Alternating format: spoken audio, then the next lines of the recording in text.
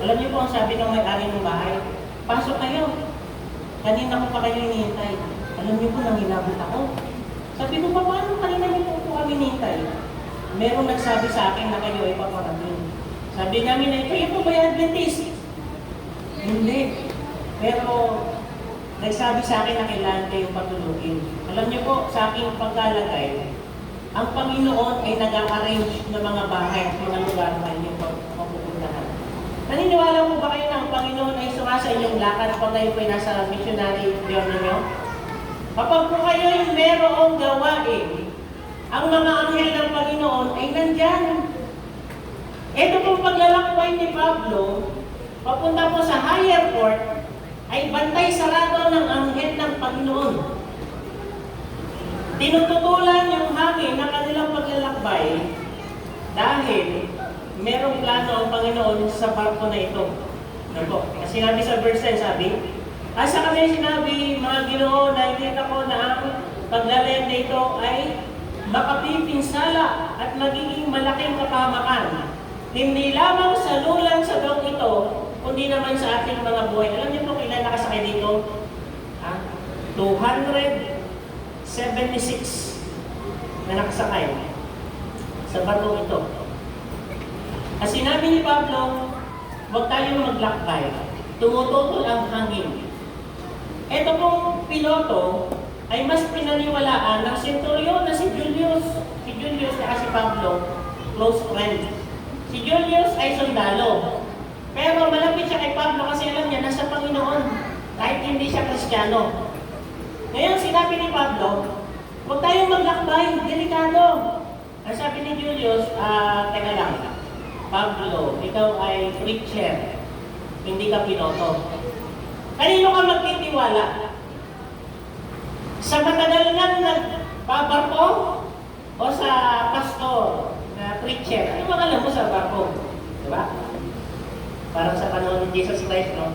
Sinabi kay Pedro, ihulog mo yung iyong net para makahuli ka na isda. Sabi ni Pedro, teka lang Panginoon. Ako'y tatay, ako'y mangingisda. Ako'y mangingisda, ako'y laking dagat. Ikaw ay laking karpintero. Mukhang mas may alam ako. Sinabi ko walang huli. Pero dahil sinabi mo, susunod ako. Praise the Lord, sumunod si Pedro. Ano yan eh? Pride yan eh, di ba? Elder ka. Tama, elder ka. Pero miyembro ako, pero mas expert ako. Pero alam niyo mga kapatid, bagaman walang alam yung elder deacon, pero yung Espiritu ng Panginoon sumasa kanila.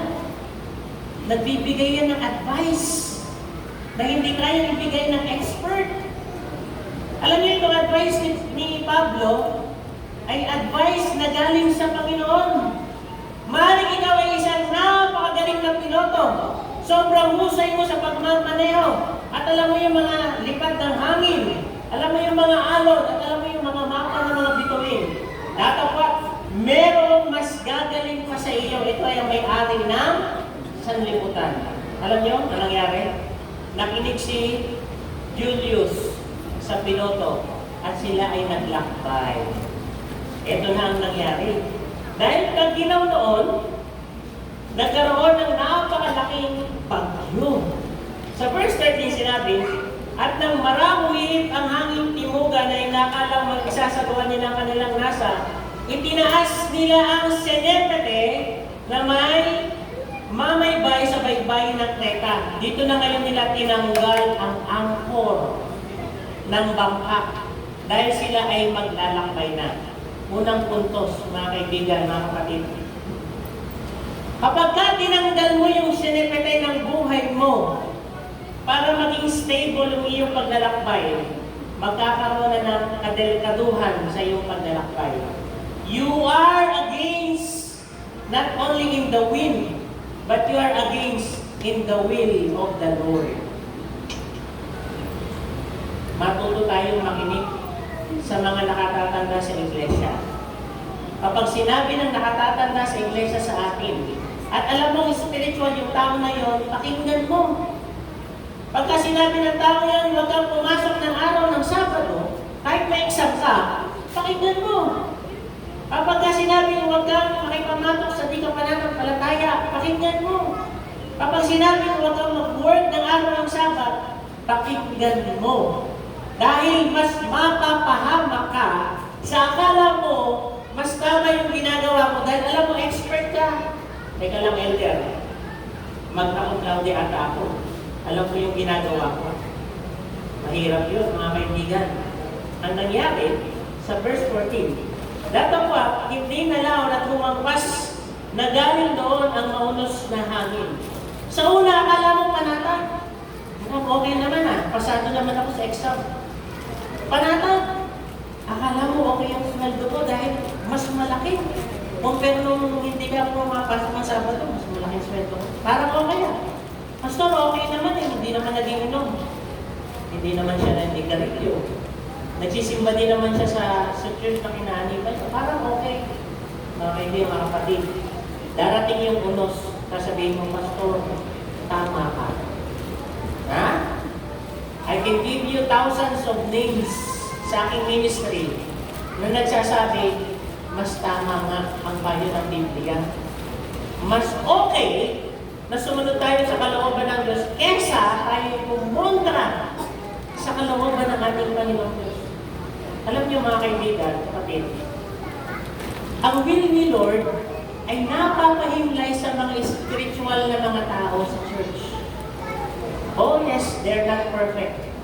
But they can give perfect advice kung ano ang nararapat. Nakwento ko kanina, may nag-chat sa akin, AY leader, sabi niya, Pastor, tulungan mo ako gumawa ng programa. Sabi ko, uy, bagong elekto, mukhang active Sabi ko, sige. Ano bang programa yan? Kasi po tatakbo po akong SK chairman. Oh. Diba? Teka lang, sister. May leader ka, diba? Bago pang elect. Baka mahirapan ka. Kaya sinabi ko na lang sa kanya, sa halip gumawa kami ng programa, seek the advices, the advice of your church elders. Totoo po ba yun? Amen po ba?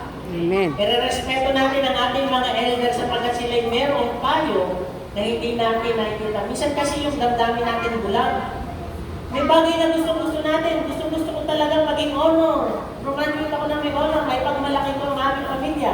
May pagmalaki ko ang aking sarili para sa aking pamilya. But it is more respectful if we will honor the Lord rather than getting the honor. Amen? Amen. Aba, kaysa mapunta sa kayo lahat ng certificate, lahat ng ribbon at lahat ng medalya, kung hindi ka naman nakapagbigay ng walhati sa Panginoon, it does not guarantee salvation. Yes, we will be honored by men, but most importantly, we must be honored by God. Sapagkat Diyos ang nagbibigay sa atin ng buhay. Siya yung nagpadala sa atin sa eskwelahan, hindi para kumuha ng medalya, kundi para magbigay kalwalhatian sa ating Panginoon. Amen? Amen. This is a test of faith. Maaaring simple lang ito, Pastor. Pag-aaral lang naman yan Pag-graduate ko, magtatapat ako sa Panginoon. Mind you that, you are forming a habit. You are forming a character 4 years. Hindi ka magtatapat sa Panginoon. Tapos sasabihin mo, pagka-graduate mo, magtatapat ka na. It does not count. Give glory to God. Kahit po sa ating pagiging estudyante pa lamang, let us give glory to God. At ang sabi po dito sa verse 17, at nang maitas na ito ay nagsigamit sila ng mga lubid na tinalian ng ibaba ng daong. At sa takot na baka mapadpad sa sirte, ay ibinaba nila ang mga layag. Ito na, binaba na nila yung layag. Ngayon napanood nila, at sapagkat lubhang nakikipaglaban kami sa bagyo.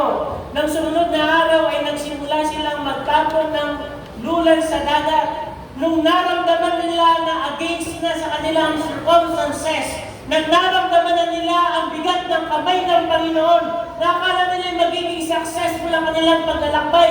Tsaka lamang sila sumusuko at sinasabi, Lord, we will now follow your will. Lord, we will now obey you. Lord, please forgive me. Maganda naman na magsisi. Pero, sabi nga laging sa huli ang pagsisisi. Mga kapatid, maaari bang nasa unahan ng pagsisisi, Pastor? Aba, may tatlo yan Meron bang pagsisisi sa unahan? Wala, di ba? Pero mga kapatid, nasabi dito, ipinagtatapon nila ang kanilang mga gamit. Ang saklap ko to, no? Alam niyo kung sa panahon na to ngayon, kung may barko na magtatapon ng gamit, alam niyo kung laman ng barko? iPad, tablet, iPhone, laptop, ano pa, computer, gitara, piano, ano mga karga dyan sa port? Mga mahalagang gamit galing sa China, di ba? China mahalaga. Order natin sa Lazada, Shopee. Imagine ipagtatapon, sayang! What is my point? Lahat ng mga bagay na ating inabuso sa ating katawan, akala natin ay okay, sayang. Lahat ng mga nakuha nating award, mga pera na naipon natin sa bangko, ngunit ang kaluluwa natin is empty. Sasabihin ko sa inyo sa paglabang niya ng mahabang panahon, sayang po panahon ang magpinigod sa Panginoon. Ngayon yung sinipete, binababa natin unti-unti, na pumapatak ang ating mukha. Lord, sana nag-stay kami sa lugar na yun. Sana hindi ako umalis sa church. Yung church na nagpalaki sa'yo, nagturo sa'yo ng magandang asal, pagkatapos nakalimutan mo. Nung ikay nakakaahon na ng konti, Lord, konting tiis pa, Lord, tsaka na ako magtatapat. Kinakalimutan mo kung saan ikay nabinyagan. Kaya sabi ko sa mga kabataan, kapag kayo umasenso, huwag niyo kalimutan sa likod ninyo ang iglesia, hindi lamang pamilya niyo. Anong kailangan sa iglesia? Aircon? Pambayad sa ilaw? Pakuryente sa tubig? Ang pangarap ninyo ay hindi lamang sa inyong mga pamilya, sa inyong sarili. Mangarap din kayo sa inyong iglesia. Nasabi sa akin ng isang elder pastor, ang panalangin ko sa Panginoon, 3 beses lang ako kumain isang araw, okay na. Hindi na ako mag-pray na. Higit-higit pa. Simple buhay lang. Sabi ko sa kanya, elder, napaka-selfish mo naman. Imagine, yun yung prayer mo, 3 beses na isang araw, pati ka manalangin ng higit. I-bless yung buhay mo, nasa gano'n, mag-bless din yung church. Amen? Amen. Kaya pala ako ng church, hirap na hirap eh. Kasi ang Panginoon, sumusunod niya sa panalangin ng banal eh, di ba? Kung 3 beses ka lang talaga pakainin, pakainin ka talaga ng Panginoon. Think big! Think great! Because our God is not small. The one we serve is a living God na napakalaki na handang magbigay ng biyaya sa atin. No, sabi ni Elijah na sige, maghanap ka ng lalagyan ng oil para magawa ako ng miracle. Nahirap siya ng batya, hirap pa ng tapayan, di ba? Tapos pinununin ng oil. Sabi ko, nahirap yun ng tangke-tangke. Pupunuin pa rin yun ng Diyos. O sabi niya, Panginoon, punuin mo yung lake, yun ang hinirap ko, yung lake ni Elder Pupunuin nyo ng Diyos, depende sa inyong gawa. Kaya yung ating gawa ay nakadepende sa ating pagtatapat sa Panginoon. Alam niyo, makasama sa pagtatapat ay sa pagpapangarap natin sa iglesia na umahon sa kahirapan. Ang Adventist ay napakahirap na church. Bibihira sa Adventist ang naka-erap na church. Karamihan, dito sa Tondo, pasok ako sa bahay. Ang bahay, mas malapad pa yung aking kamay. Nag-visitation kami. 5 kami pumasok sikit. Sabi ko, wow, sister, okay yung bahay na to Okay, yung pastor, may second floor pa yan. Ganun din. Mas malawak pa yung aking kamay. Sabi ko, saan kayo nagsisiyar? Di-flash, pastor. Anong di-flash? Di-plastic. Diba? Tapos itatapon araw-araw sa truck. Ang hirap ng buhay. Kasi ang kanilang nasa isip, kalimutan ng Panginoon, umasenso muna. Baliktad. Huwag kalimutan ang Panginoon. Panginoon ang nagbibigay ng asenso sa atin. Huwag natin labanan ang kalooban ng Diyos. Ano pa nangyari dito? Ang sabi, nang maluwat nang hindi sila nagsisigay, ay tumayo nga si Pablo sa gitna nila. Sinabi, mga Ginoo, nangakinig sana kayo sa akin at hindi umalis sa Kreta at nailagan ang kapinsalang ito at kapahamakan.